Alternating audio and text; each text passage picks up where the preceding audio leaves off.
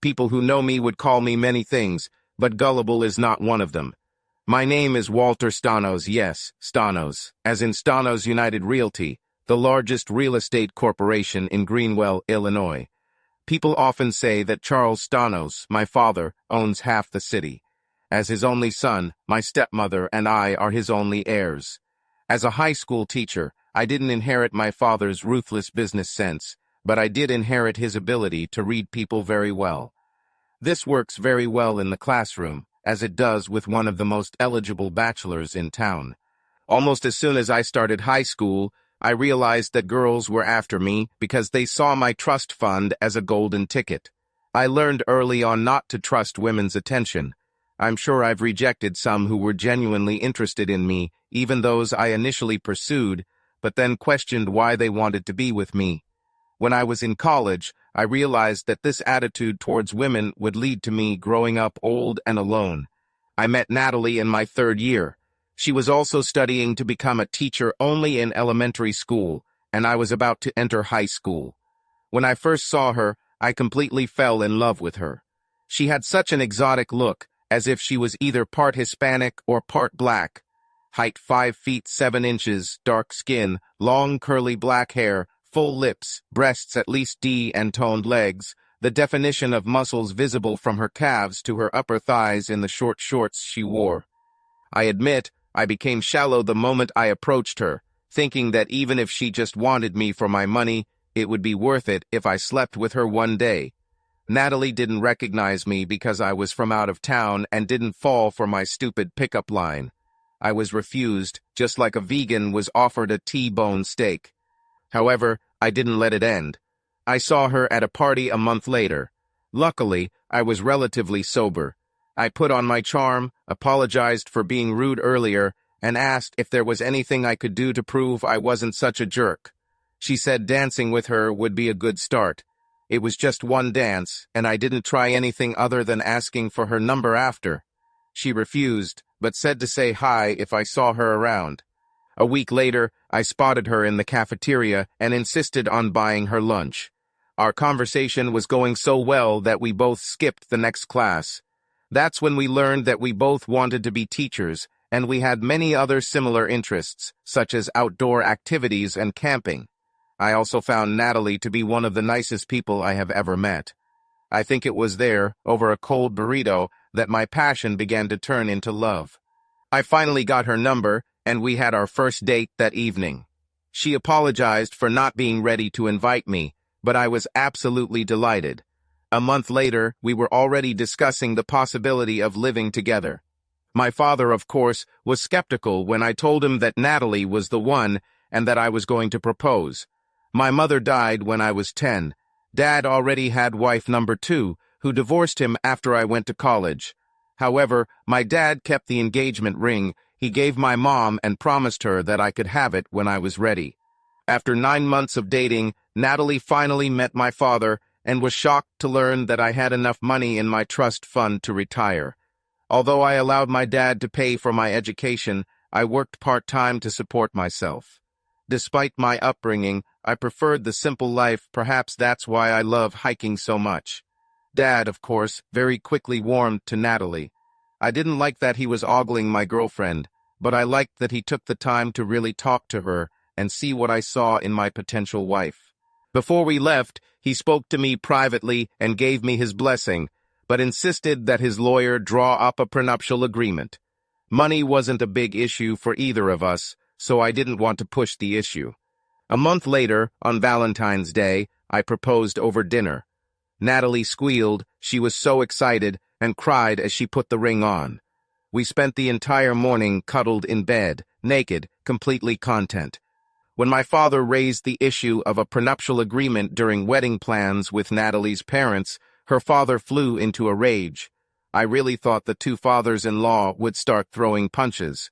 In fact, I didn't hear from Natalie for 3 days after that. She ignored all my calls and messages, making me think that the wedding was canceled. When Natalie finally contacted me, she asked if I thought she wanted my money. I told her that of course not.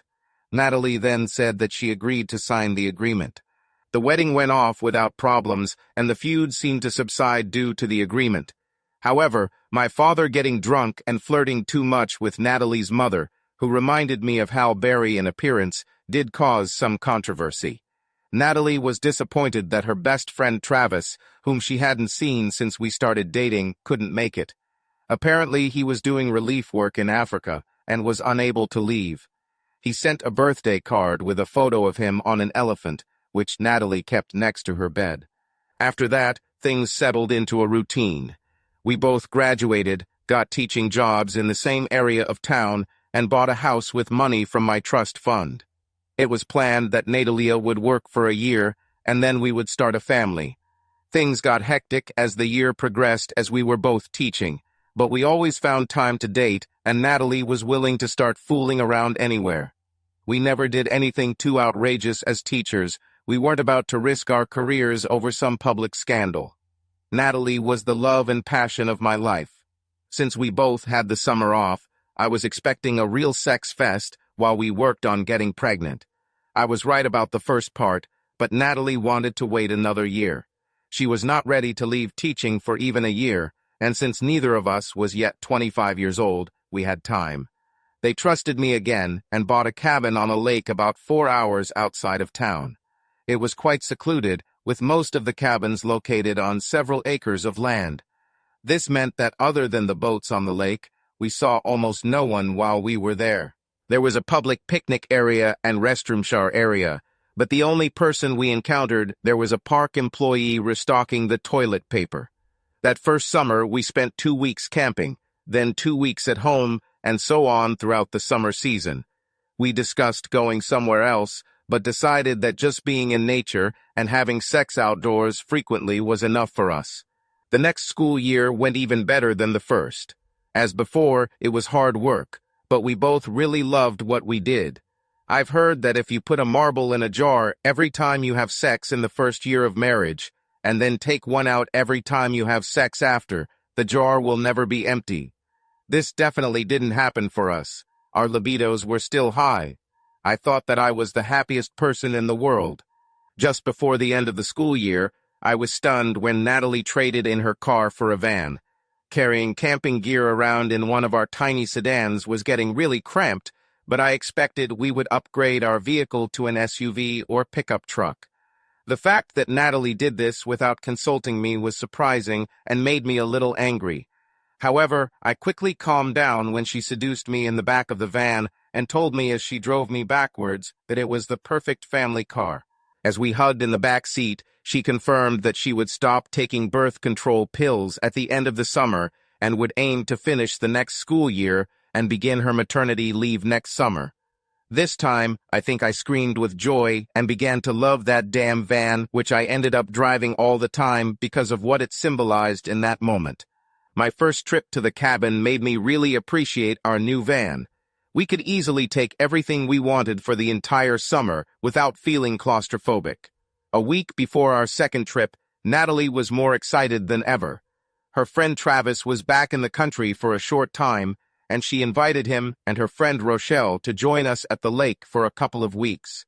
Although our cabin had a master bedroom with a queen bed and 2 other bedrooms, I was a little disappointed that I wouldn't be able to have some alone time with my wife.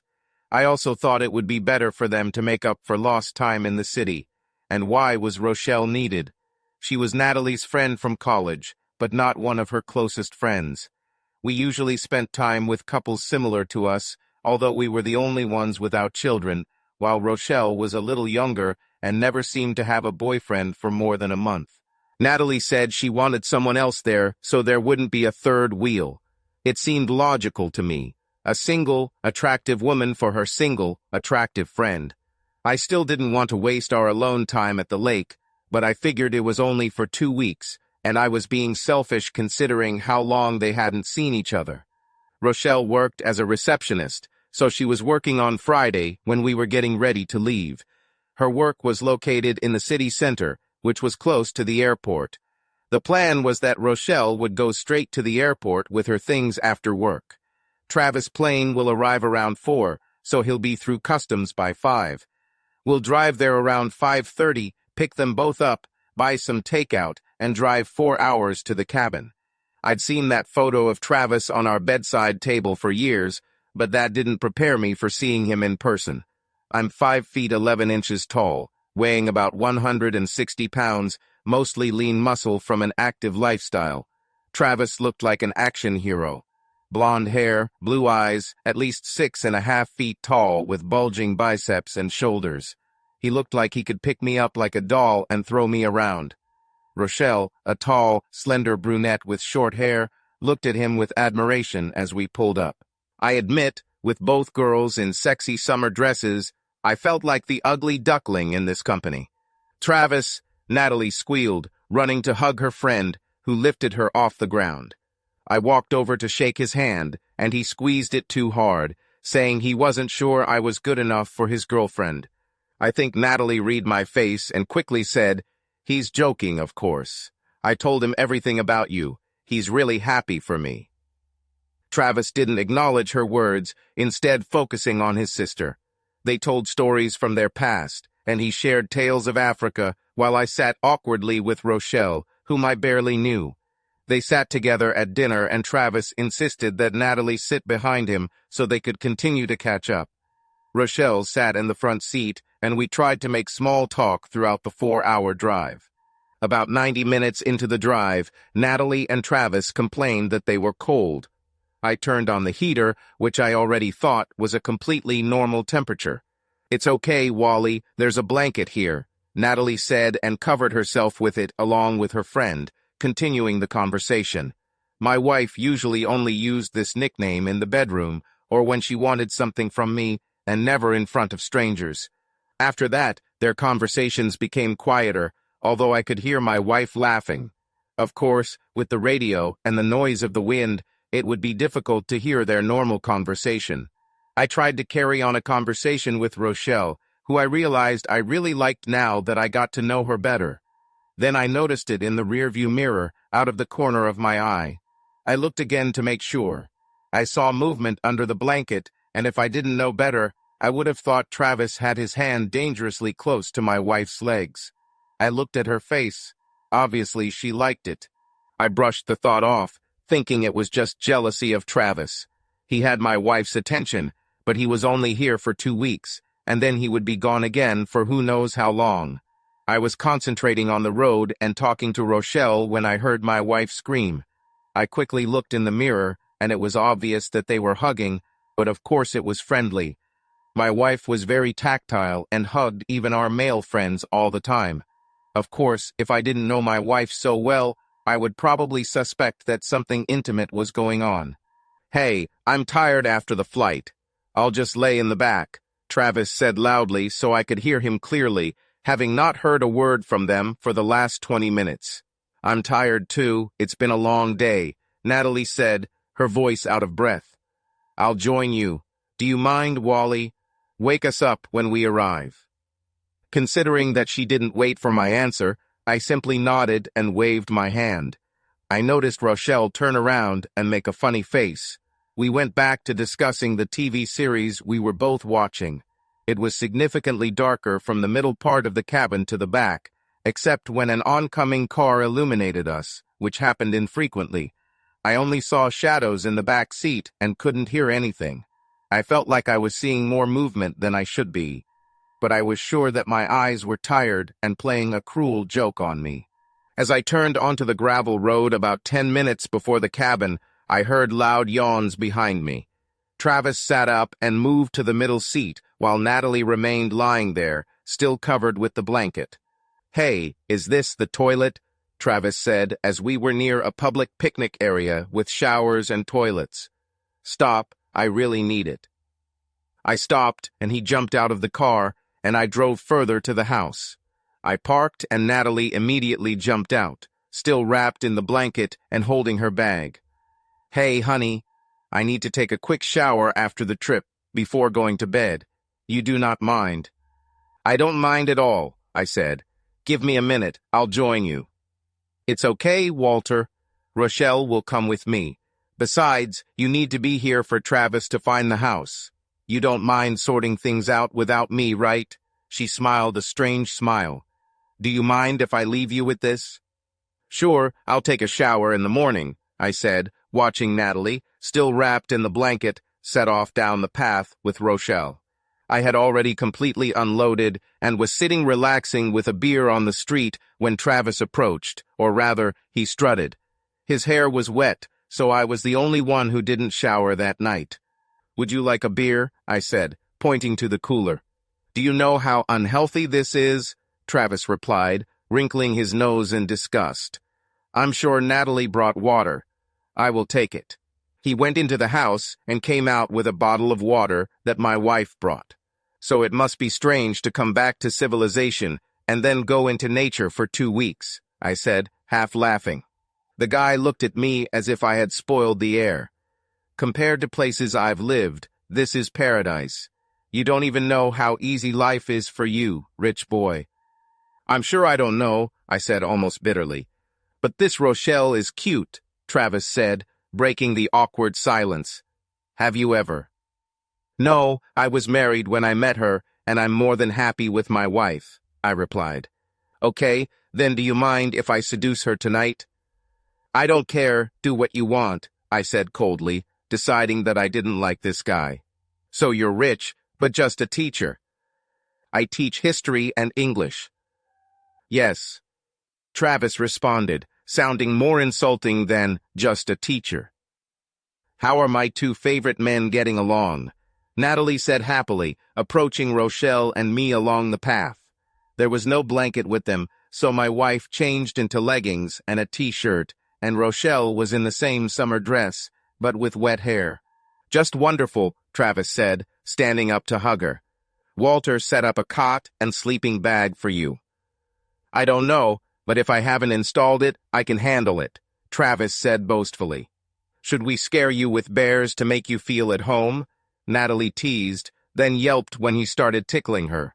She responded in kind by tickling his knees, and they both laughed. "Sorry, but I'm an indoor cat, and I guess I need help with my bed if it's not ready," Rochelle said. "Well, I'm sure Travis would be happy to help and show off his survival skills," I said cheerfully. Natalie looked at me as if I had said something wrong. "Anyway, I think everyone is tired," I added. "Natalie and I are getting ready for bed. See you in the morning. If you need something, just take it." "Don't worry about me, I know how to do it," Travis said with a wink. I figured he was going to hit on Rochelle while he was setting up their beds. When we entered our bedroom, Natalie began to sort our things into the closets. She had a tense face and did not look at me. "Is there something wrong?" I asked quietly, knowing that the walls here were quite thin. We could hear Rochelle and Travis laughing from the next room. "Nothing," Natalie answered quickly and then sighed. "You're being rude to Travis." "Am I being rude? He's rude to me, acting like he's so much better." I gestured towards the door. "He lived in remote areas of Africa. I think he's earned the right to be a little cocky." Natalie continued to stand with her back to me. "I'm your husband. I think you shouldn't tolerate your friend disrespecting me in my house." "Our house. Can we just go to bed and forget about this?" Natalie pulled back the blanket and lay down. "Please turn off the lamp." "Do you sleep in this?" "My wife usually sleeps naked at home, except for a few days a month. Sleeping in leggings and a t-shirt was the first time in the entire time I've known her." I froze. "I remember you were frozen in the van. Are you okay? You know body heat is the best way to stay warm." I said this in my most flirtatious tone. "I'm fine," Natalie said sharply, "and I'm definitely not going to do anything with my friends in the next room. If you have a problem, you can sleep there." I stripped down to my underpants and clung to my wife. At least she allowed it. "I'm serious, Nat," I said as calmly as possible. "Something is wrong with you. What's happening?" I, forget it," she replied, and it looked like she was about to cry. "Baby, talk to me. We've never had trouble talking before." "I stopped taking birth control, okay," Natalie said, crying. "I wanted to surprise you after Travis left, but I think my hormones have gone crazy. Seeing Travis again, my emotions were just out of control. I didn't want to take it out on you. Sorry. Everything is fine. I love you." "Love you too, Wally." I fell asleep hugging her. I was still holding her when I woke up at dawn, probably 4 in the morning. I heard creaks and loud moans. Apparently, Travis still seduced Rochelle in the next room. Considering he didn't care what we heard, he's entertaining Rochelle, I gently touched Natalie's breasts through her t-shirt, teasingly, knowing it would wake her up. She reacted by pushing my hand away and angrily whispering, "Walter," I said no. "SHH," I said as I started kissing her neck. I moved my hand to the front of her belt. "Damn," I said no, Natalie hissed, pushing my hand away and moving away from me on the bed. I got up around the same time as Travis and Rochelle, who had apparently spent the night in the same room. The smell of sex was still in the air when they went to freshen up. I had no intention of being in the man's shower with Travis, so I enjoyed a cup of coffee. As soon as he returned, I went to shower and met Rochelle on the path, who blushed when she saw me. I figured she was embarrassed because she knew I heard her and Travis. When I returned to the cabin, feeling clean and refreshed, Natalie had just woken up. It seemed like 3 people were arguing as soon as she woke up, and I interrupted them when I entered. "To hell with it, I can't handle this right now." "I'll go for a walk," Natalie said, looking at me angrily as she passed by. "Darling?" I said, holding out my hand, not knowing what had upset her so much. "Not now, Walter," Natalie replied sharply and slammed the door, leaving the house. Travis and Rochelle looked at me as if they were equally surprised by my wife's outburst. "I better go get her," I said, and Rochelle nodded. "No, it's my fault," Travis said. "I'll go talk to her. Give us some time, okay?" He left, and I went to pour myself another cup of coffee. Rochelle had a very strange expression on her face. She shook her head. "What?" I asked. "That really wasn't a good idea," she said quietly. "Why?" I asked, looking into her face. I think I saw guilt and nervousness. At this point, things started to become clearer, at least to the point that something was wrong. I guessed that Natalie would not take the public path, most likely the forest path where we often walked, or had picnics that sometimes ended in outdoor sex. As I approached the picnic area, which was overgrown after years of neglect, but still had a table, I heard voices. I approached very carefully so as not to be noticed. I heard them before I saw them. I didn't believe what I heard. When I saw them through the trees, everything turned upside down in my soul. My beautiful wife had sex with her friend. I wondered for a moment whether I should step in and fight for my wife. Physically, I knew I wasn't Travis' equal, and considering she was letting him tell me, there was no point. I decided I couldn't stay married to Natalie after this. I recorded about 10 seconds of video on my phone, then turned and headed back to the cabin. I think the look on my face told Rochelle what I saw. Without saying a word, I went into the master bedroom and started packing all of our things, including my wife's things. "I just found out about it last night when we were in the shower," Rochelle said. "I'm sorry, she made me promise not to tell you. She said it would only be for the weekend, and then everything would go back to normal. Natalie said she would explain and make sure you were okay with it." I finished packing and dragged my bag to the van, Rochelle following behind me. "She loves you. She told me that you were the father type and—" I stopped and looked at her. "Do you want to stay, or are you going to pack your things too?" "Please, she loves you.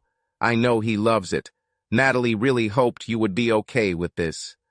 Rochelle stammered and walked back into the house. I followed her as she quickly gathered her things. How the hell could she expect me to be okay with her sleeping with another man, especially someone who disrespects me?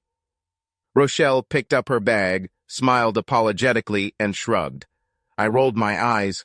I walked into Travis's room and grabbed his suitcase, which he hadn't even had time to unpack, except for a used condom on the floor.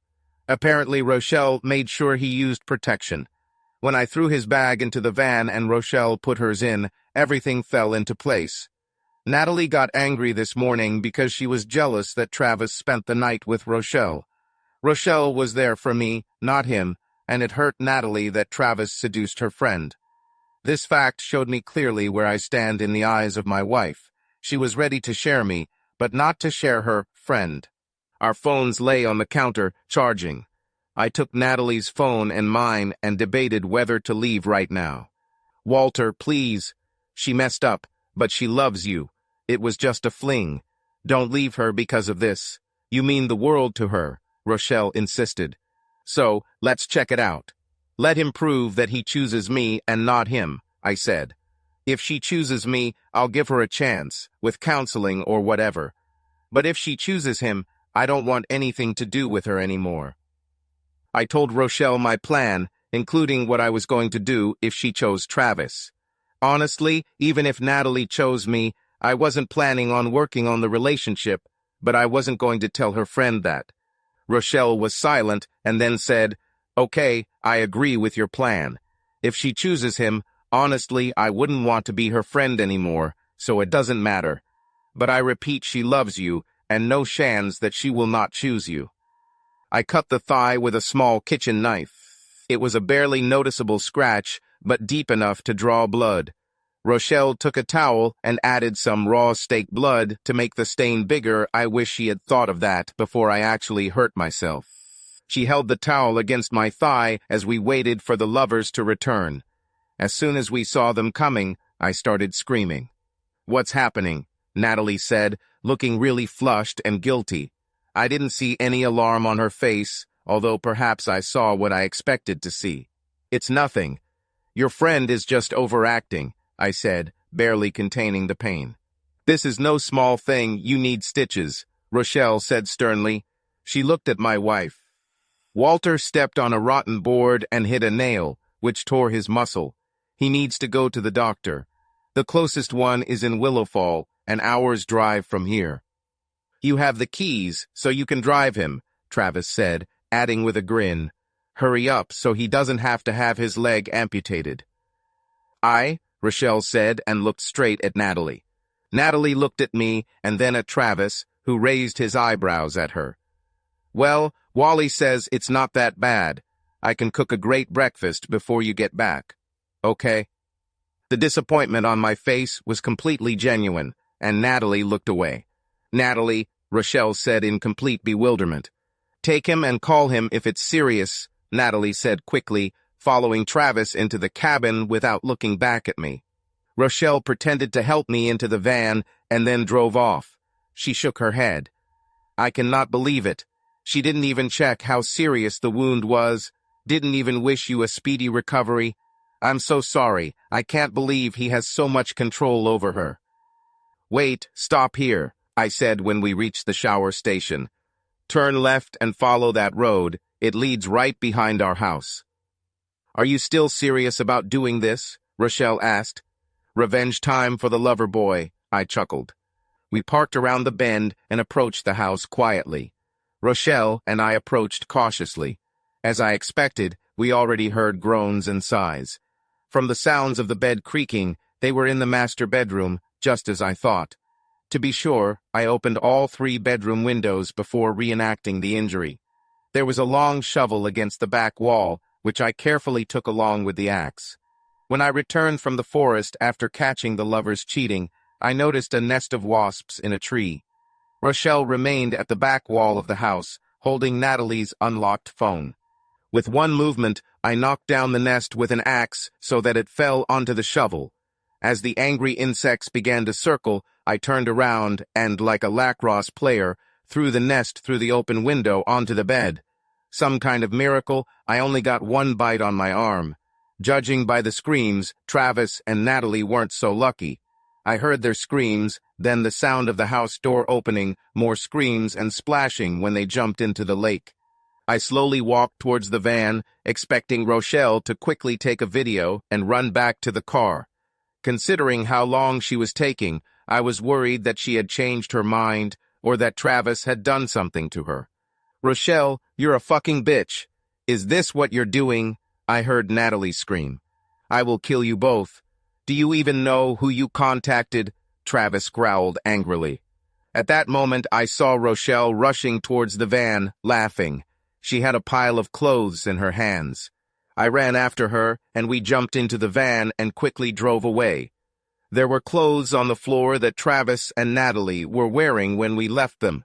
These idiots took off their clothes right outside the door and left them lying in the kitchen. I didn't see any wasps inside, so I just grabbed it after they ran out and jumped into the lake, Rochelle said with a proud smile. I smiled back, imagining their reaction when they realized that I had all their clothes and towels. Did you make a video? Rochelle held Natalie's phone, smiling. I smiled back. Damn, I can't believe it worked. My excitement quickly faded when I realized that it worked because my wife was so caught up in sex with her friend that she didn't notice my bleeding leg, which could have been serious, or didn't notice that I had packed up all my things. After 2 truly happy years together, I meant no more to her than some ex-lover. Hey, you're a good guy, Rochelle said, touching my shoulder. You didn't deserve this. It's not your fault, you know. Except that I wasn't good enough for her, I said sadly. Except that I have a rich father and a big trust fund. Listen, Walter, Nat and I weren't as close as we used to be, Rochelle began. But we were close when you first started dating. I know she just ruined your relationship, but she really was crazy about you long before she found out about your father and how much money you really had. She was talking about this cute guy who was funny and very nice, and I never heard her complain about sex with you, and she was the type to complain. Long before you proposed to her, she knew you were the one. I chuckled coldly. So you think I should give her another chance? Just knowing that your wife is a good friend of mine, if I saw you with a towel full of blood, I would want to go with you to make sure you were okay, Rochelle said and shook her head. When you suggested this, I thought, how stupid. Of course, she will go with her husband for treatment. What will this prove? How did you know she would stay with him? I sighed. I did not know. I know his type. He would think it would be a great opportunity to stay alone with Natalie in the cabin for a few hours. I was really hoping she would come with me, and then I could talk to her. I knew if she stayed it wouldn't be worth it, and she really meant it. What do you mean? Rochelle asked. I quickly opened the photos and handed her my phone so she could see the short video I took. Rochelle put my phone down. She was silent for a few moments, then said, Listen, although I know what he meant, I'm sure for Natalie it was just words in the heat of passion. We say things like this in the moment without thinking, basically what we think the guy wants to hear. I told you, she never complained about sex with you. But she didn't brag about how amazing it was, did she? I said bitterly. She must have said something about him. I mean, you slept with him last night too. Did you want to check if what she said was true? It was a mistake. Yes, he looks amazing and was flirting with me before you arrived. Okay, Natalie said last night that he's not the guy for a relationship. He's a guy for sex. I don't need to hear this. We heard you last night, the walls are thin. You need to hear this. I think it's all in her head, just a tale of long-lost forbidden love. If I were to rate him on a scale of 10, it would be a maximum of 6.5 and 0.5 purely for his appearance. I smiled and shook my head. You're just trying to cheer me up, but thank you. Are you hungry? I think there's a good diner in the next town. I wish I could, Rochelle smiled. We talked over a greasy breakfast about other topics that didn't involve Natalie and Travis. Just like on the trip, I discovered that we have much more in common than I thought. I once classified her as one of the superficial beauties who played on the field because no one was good enough. In fact, she admitted she was more focused on work and tired of guys who just wanted to drink or seduce her, which she seemed to be attracted to. I played the video that Rochelle made. It started with a side view of the house. The door was not visible, but the rug in front of it was visible. You could hear screams and the sound of bare feet running across the wooden floor.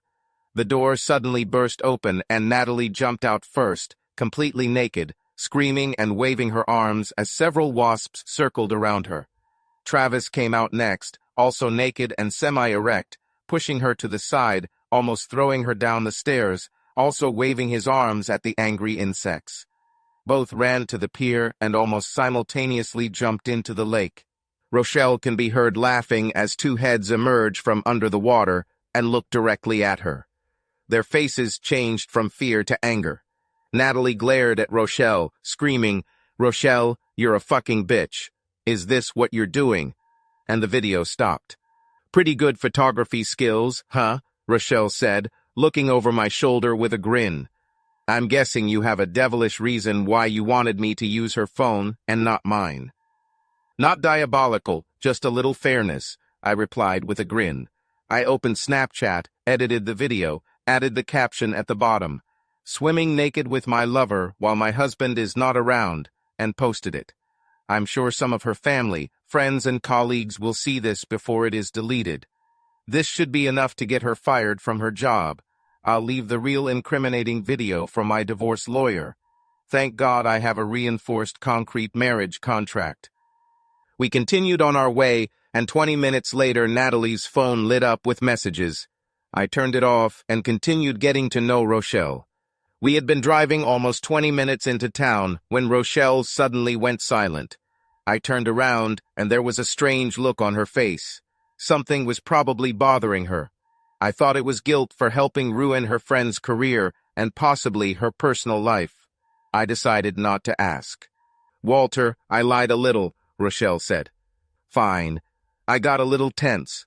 Was she in cahoots with Natalie from the start and just pretending? My trust in women was pretty low at that point. I know you understood from my hint that when Natalie confessed what was going on between her and Travis in the shower, the reason for my presence was to seduce you. She wanted me to do this, and then she would forgive you, but only if she could have fun with Travis. I nodded. Yes, I understood that she expected us to get together while she was with him. I just didn't understand the part about seduction. It wouldn't have worked then. Yes, I told her that, but she said it would work, and that Travis would help by getting you very drunk that day. When he came into my room and started kissing me, Walter, I hoped that if I gave in, he would forget about Natalie and stay with me. That's why I didn't mind when he insisted on going to his room next to yours so you both could hear. This way your marriage would not be in jeopardy. If the van was the only case, even if you found out about it, I'm sure you would forgive her. In the morning, Natalie yelled at me that I ruined everything, and that you wouldn't want me after hearing how Travis entertained me all night. Why are you telling me this? I felt a little bad about what she said. Listen, a guy like Travis goes for quantity over quality. Even if there were 2 other women there, he would try to seduce them all and still go after Natalie. Guys like that only feel good when they do stuff like that. I'm telling you I lied. You really like me, especially after I got to know you better. Honestly, the only reason I was with Travis for you to hear was because I didn't want your marriage to end, but after what she did, she doesn't deserve a second chance. But you deserve it, Rochelle said. What do you mean? I mean, if both were available, I would choose you over Travis without question. Now that you are going to be free, I want to go to your home. I want to have sex with you if you're interested. My eyes widened. I turned around, and she kissed me on the lips, Van a little skidded. I think I had the biggest smile on my face in days. I smiled. Yes, I'm interested. 2 days later, I was sitting in the kitchen, drinking coffee and reading a fishing magazine, when there was a sharp knock on the door. I opened it, and Natalie angrily walked inside wearing hideous purple sweatpants and a tacky lake camping t-shirt. "Where's my phone, Walter?" she said angrily. I pointed to the living room where all her things were packed and waiting for her. I noticed that there were painful red marks from wasp stings on her arms, face, and neck. There were also fresh hickey marks on the neck. "You had to pull this damn prank without waiting for me to explain," Natalie hissed. "Instead you post this damn video with a baseless accusation that probably cost me my job, and you leave us without clothes, phones, and money. We had to walk a couple of miles, wrapped in sheets, to get to the phone. My mother was completely mad at me, so Travis' friend wired us money so we could move back to town. Unreasonable?" I said coldly and turned on the video of them having sex so that she could hear my words. Her face changed and I saw guilt, but there were no tears. "Wally, you don't understand. This was only supposed to happen once. Rochelle should have seduced you and everything would have been fair. How could you be so stupid? I told you I won't do this, said a female figure from another room. Natalie looked on in shock as Rochelle walked into the living room, wearing one of Natalie's robes and apparently nothing underneath. What is she doing here? Natalie said coldly. None of your business, I shouted. You lied and cheated on me. She didn't show me any respect as her husband, so we're breaking up. You signed a prenup, so you won't get anything for cheating, although I'll let you keep the van. After what you did to him, I don't want to see him again. Please, Wally. I made a mistake, but I love you. It only happened once, it won't happen again. Besides, you had fun too, right? Natalie started crying. I love you, not him, please. It's official, Rochelle said, crossing her arms. I just stayed to console a friend who is experiencing his wife's betrayal. Good luck proving something more.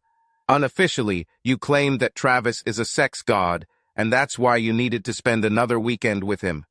Well, I was with both of them for 24 hours. Perhaps if you did the same, you would realize that Walter is twice the best lover. You're a bitch, Natalie stopped mid-sentence, her eyes widening. I noticed that Rochelle did the same, her mouth opening to scream. Before her scream could be heard, the wind was knocked out of me as I was roughly tackled from behind, falling to the floor with a crash. Travis, don't hurt him.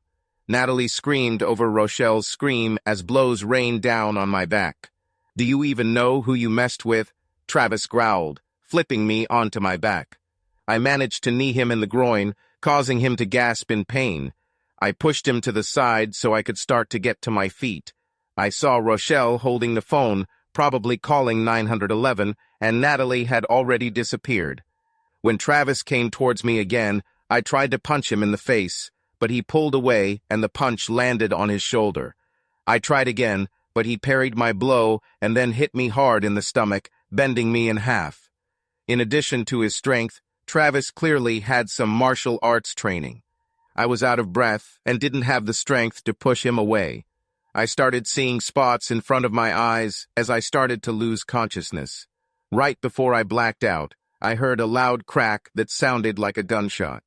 The next 2 months passed in a blur. I regained consciousness in the ambulance taking me to the hospital with Rochelle holding my hand. Natalie grabbed the gun from our safe and shot Travis before he could strangle me. It hit him right in the head, so he died instantly. When I was questioned at the hospital, I was asked if Natalie could have been aiming at me, and I said I didn't know. Details of the infidelity, a video of them having sex, and my revenge video were handed over as evidence. Police arrested her for questioning, and she was eventually charged with attempted murder and manslaughter. There was enough evidence and motive that Natalie and Travis came to the house to kill me, and she killed him by accident. Natalie was left in custody because no one gave her money for bail. However, at her hearing, the prosecutor was convinced that she shot her lover to save me, and the charges were dropped. When she was released, the clerk from my lawyer's office handed her the divorce papers. She did not challenge the prenuptial agreement, which stated that if Natalie cheated, she was only entitled to the money and assets she brought into the marriage. She returned to her parents, where all her things had already been sent, including all our photographs, including the wedding ones. I didn't want to see them anymore. As soon as the divorce was finalized, Rochelle moved in with me. I've made it clear that I want an exclusive relationship, but I don't know how I feel about remarriage. Rochelle said it was just a legal formality, and living with me was all she wanted. After no contact with Natalie after the confrontation, 3 weeks after our divorce was final, her father called me and said Natalie wanted to talk in person.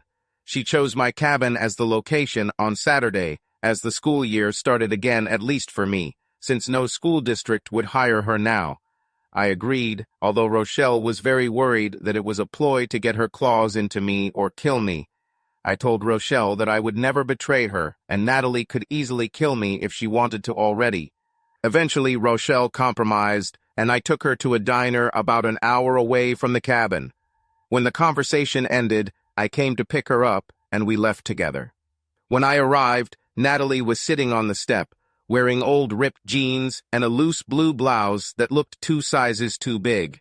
I couldn't help but notice that she was driving an old hatchback and not a van. Her face had filled out a little, and her hair was now cut very short, almost like a buzz cut. And yet I thought she was beautiful. A little out of the way to do that, don't you think? I said. I wanted to make sure the place was far enough away that we would both want to end the conversation. Natalie said. I pointed to her head. I like new clothes, completely different from what you wore before. It was actually a necessity. Let's just say the incident happened while I was in custody awaiting a hearing, Natalie said flatly. Look, since you have a lot of time to think about everything, I don't blame you for your reaction, not even the wasps. Natalie smiled forcedly. Now I know that I hurt you more than you hurt me. That's why it was so important to talk about it. I turned around and looked at her car. This is also new. Yeah, well, I had to get rid of it for the same reason you didn't want it. Too many memories. Natalie stood up and shrugged with a nervous smile. Maybe we can do this somewhere more comfortable.